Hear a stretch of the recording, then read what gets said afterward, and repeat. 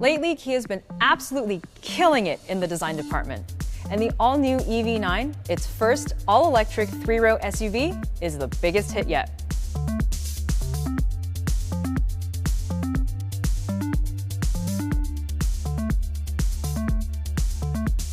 The EV9 is exciting for a lot of reasons, but mainly because the EV9 concept from 2021 was just like so cool.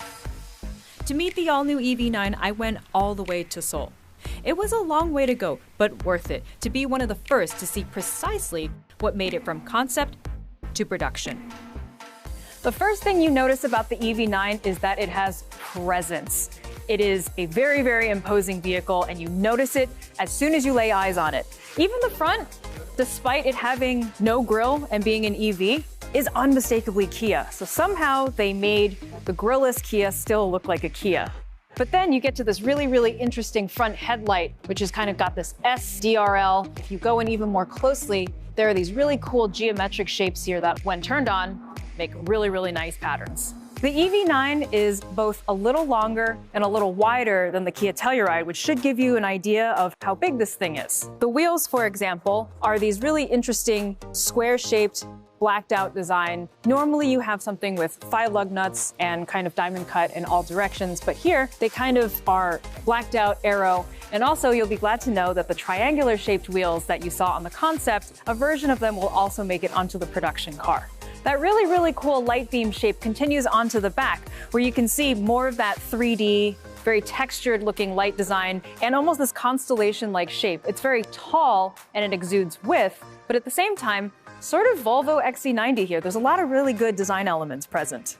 Behind the wheel of the EV9, already I can tell it offers a very commanding view of the road ahead. There's a really, really wide driver information gauge and infotainment system. It's one screen, but it's actually within your eye line super easily, so you don't have to look really, really far to see what's on it. Now, yes, this is a touch screen, but the menu items down here do have some haptic feedback, so you know when you're clicking on something. More importantly, below that though, are actual buttons for the climate and a volume knob. You'll also notice a conspicuous lack of piano black trim, which I have been assured by the lead interior designer will not make an appearance on any trim of the EV9.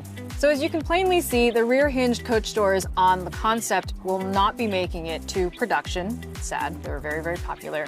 But there are 2 captain's chairs here. The cool trick here is they are actually swivel chairs as well, so you can turn them around to face the rear row.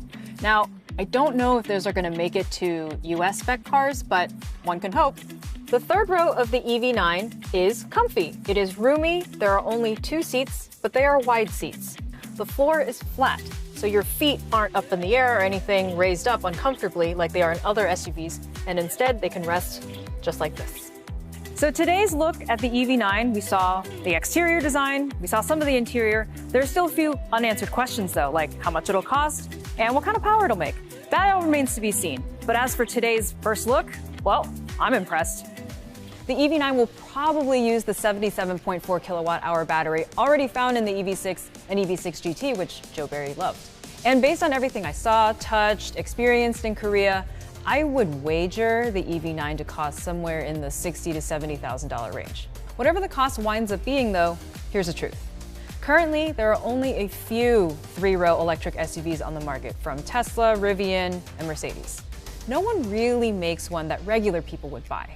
So when the EV9 comes to market, it will be the first mass appeal electric 3-row SUV that's stylish and hopefully affordable.